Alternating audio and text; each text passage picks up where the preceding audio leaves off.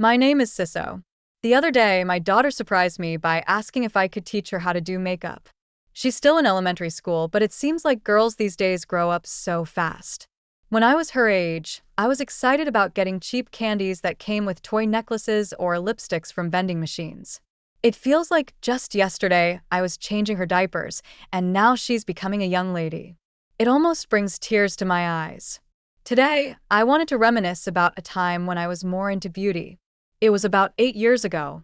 I had just finished staying at my parents' house for a month to prepare for giving birth and returned home to my husband, Tommy, with our baby. I thought we were starting our happy life as a family of three, but it turned out to be a family of four. My mother-in-law, Melinda, who was supposed to be at her own house, was unexpectedly there to greet me. I thought my son might struggle on his own, so I moved in to help out. Maybe men have a hard time with daily tasks when they're alone. I thanked Melinda for taking care of my husband, and she seemed pleased. When I entered the house, everything was tidy, and the air was fresh.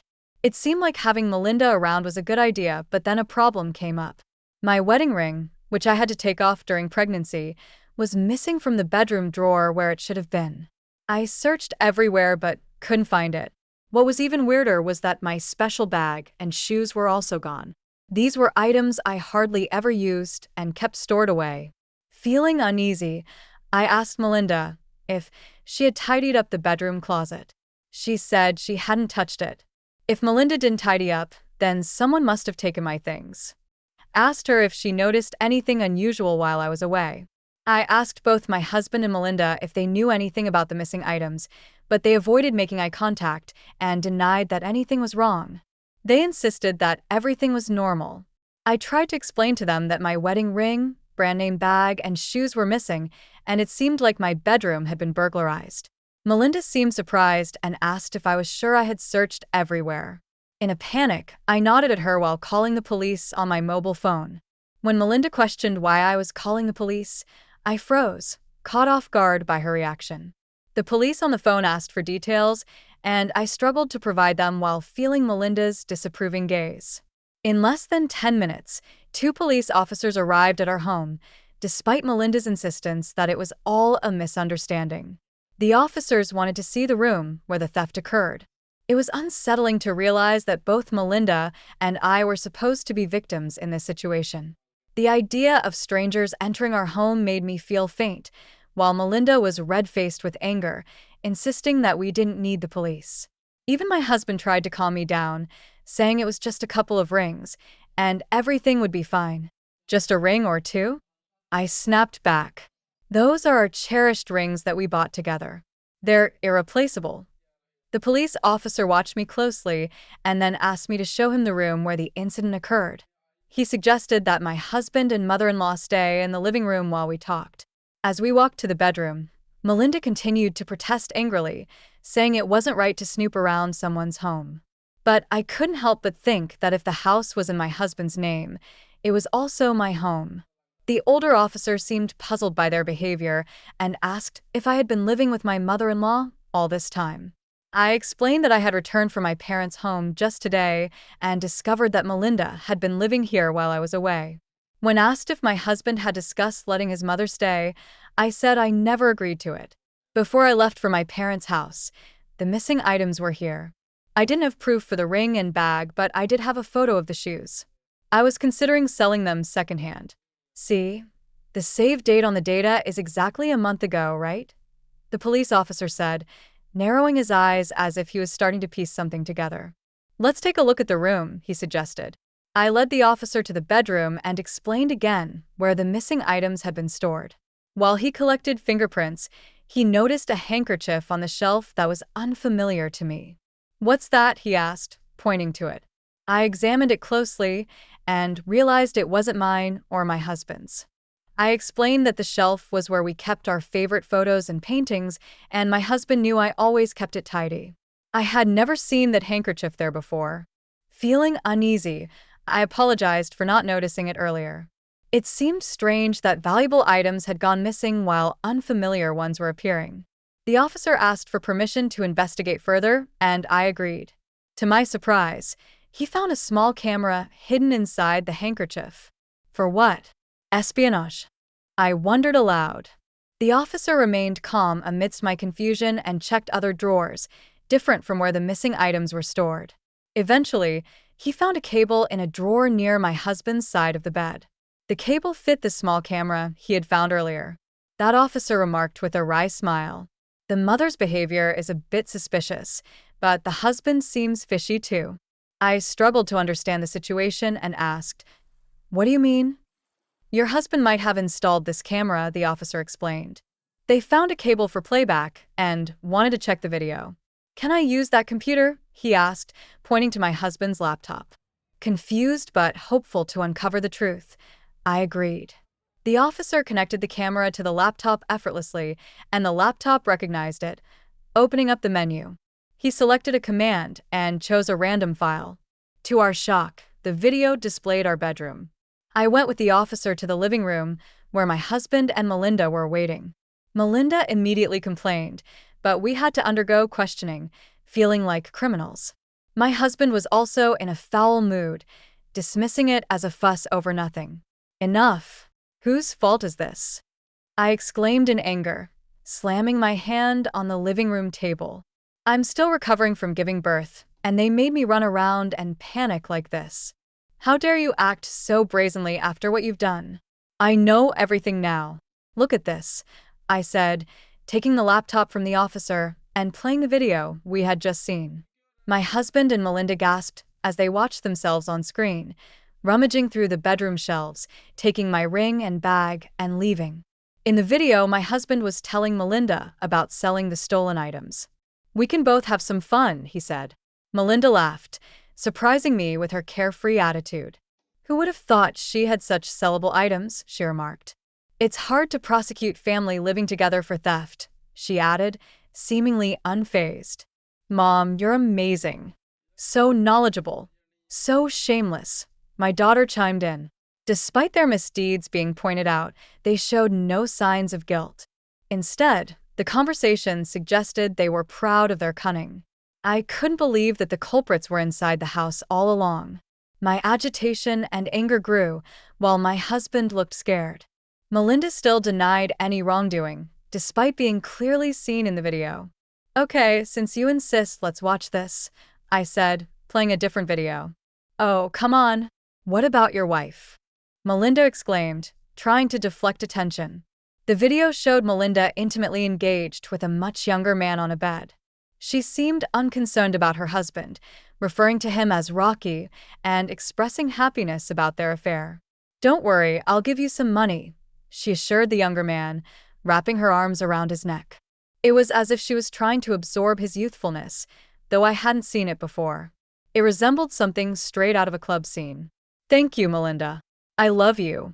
You're so sweet," I said sarcastically as we watched the video.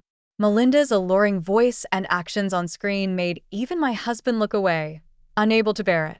The young officer seemed queasy on the verge of saying something, while the older officer quietly scolded him. "Hey, stop it." "Don't show such nonsense," Melinda yelled, her face turning bright red. My husband, perhaps feeling it wasn't his concern, seemed about to laugh at Melinda losing her composure. "Really, Tommy? You think it's funny, huh?" I challenged him, playing another video.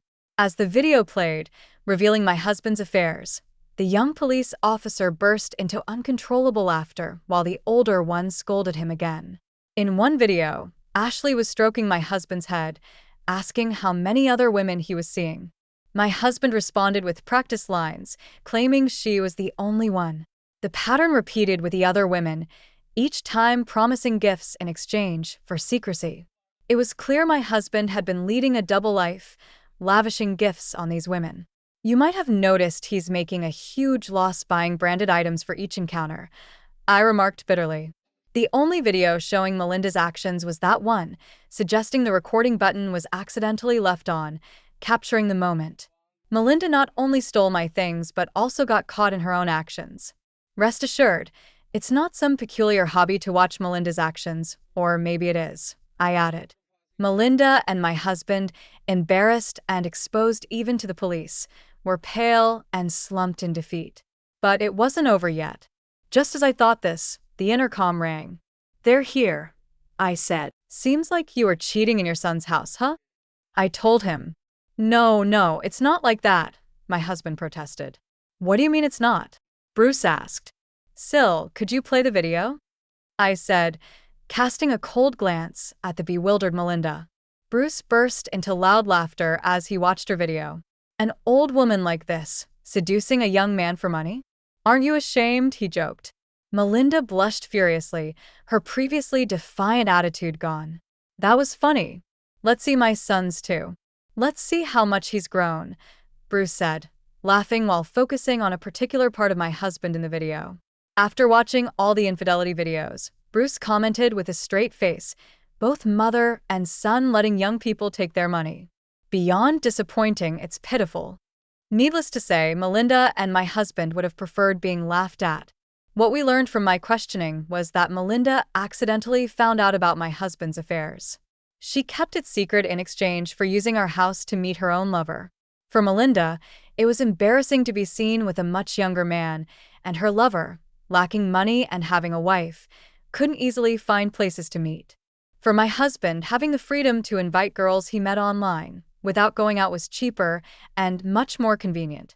Thus, Melinda and my husband, keeping each other's affairs secret, turned this house into their paradise of indulgence, becoming accomplices. Their arrangement worked by one leaving the house while the other met their lover. Melinda never imagined the videos would be accidentally recorded. I'm sorry, Cecil. Bruce, I'll return the money. I'll do anything. Please forgive me, Melinda and my husband begged, bowing their heads. Bruce and I exchanged glances and laughed. You'll do anything, right? Indeed, anything, we both said. Of course, they answered. Then let's divorce, we declared simultaneously, leaving my husband and Melinda in shock. You said you'd do anything, right? Let's get a divorce, I insisted. No, wait, anything but that. Melinda pleaded desperately, but Bruce refused without hesitation. The divorce was not retracted. My husband, too, was crying and deeply apologizing, but I did not withdraw the divorce either. Thus, only hours after returning from my parents' home post-childbirth, my divorce was decided upon under police supervision. Later, I had my husband pay me the same amount as the sold items as compensation in the divorce trial. Additionally, I demanded double the standard amount for alimony and compensation for infidelity. When asked why double, I slightly intimidated them by implying that their mistresses might be married, and I could inform their spouses. This was mainly a bluff, as I didn't even know their names at the time. The threat seemed effective immediately, given the number of mistresses involved. My husband, terrified at the thought of being sued by each spouse, agreed to pay double the standard amount. Meanwhile, Bruce furiously obtained the lover's contact details from a crying Melinda and called him over. He informed the lover and his wife of the affair, leading to their divorce too. Wives demanded compensation from their cheating partners in the divorce trials. Though I promised not to inform the mistress's spouses, I never said I wouldn't demand compensation from the mistresses themselves. After extracting all the communication from my husband's smartphone, I contacted each woman to claim compensation for the affair, which they agreed to pay secretly. I was glad my husband had so many mistresses. It turned out to be quite profitable, but as a single mother without a steady job, I knew I could never have too much money. Turning the harm I suffered into financial compensation didn't erase the damage done, so with a substantial sum of money, I divorced my husband. 8 years have passed since then. Eventually, my husband ended up paying compensation to his mistress's spouses too. Their husbands, noticing their wives suddenly had a lot of money, grew suspicious. This led to the discovery of the affairs, resulting in some divorces. My husband, now overwhelmed with debt from the numerous compensations, was offered help by a certain woman whom he thought was a goddess descended. However, she turned out to be a bad influence. He thought they were close to marriage, only to find out later that she was already engaged to another man. My husband had spent what little money he had on a ring and dates for her, only to end up with a big loss and a broken heart. He never learns. Of course, I can't muster any sympathy for him, I thought to myself. Melinda, having proposed marriage to her affair partner after her divorce, was spectacularly rejected. Still, she didn't give up, repeatedly ambushing him on his commute until she was cautioned under a public nuisance ordinance. Naturally, that was the end of her relationship with her lover, who, as Bruce said, had only seen her as a wallet from the start. Well, everyone should be able to see it. Melinda was the only one who hadn't realized she was being used. It's a laughable tale. As for Bruce, after separating from Melinda and becoming estranged from his son, I worried about him being alone. But it seems the compensation money from the divorce trial sparked an interest in him. Now, he's happily involved in a circle with people who share his hobby. That's a relief, though I didn't expect it. I looked him up and sure enough, he even set up an SNS account. I've discreetly followed it. Father-in-law and me, honestly fed up with men. Marriage no more. Still going strong as a single mother, I relied on my parents until my child was old enough for daycare, then started job hunting. Juggling child rearing, it took about a year, but I found a great company as understanding of single mothers. There are others like me there, so although we sometimes work late, we're usually allowed to leave on time. I used to think single mothers had to work nonstop, but with proper allowances and just my daughter to care for, we live quite normally, without extravagant luxuries. There's talk of a promotion when my child reaches middle school. I haven't decided yet, but I want to consider what will make my daughter happiest and my parents too. Despite everything, the joy comes from meals shared with my daughter and sometimes my parents. Oh, it did well to leave that man. Serves him right. He never even got to be called dad by my adorable daughter. My marriage ended in a crazy way, but as a parent, I still hope my daughter finds a good person and has a happy marriage. Until the day she brings home a wonderful man, I'll do my best as a mother. So, off to work again today.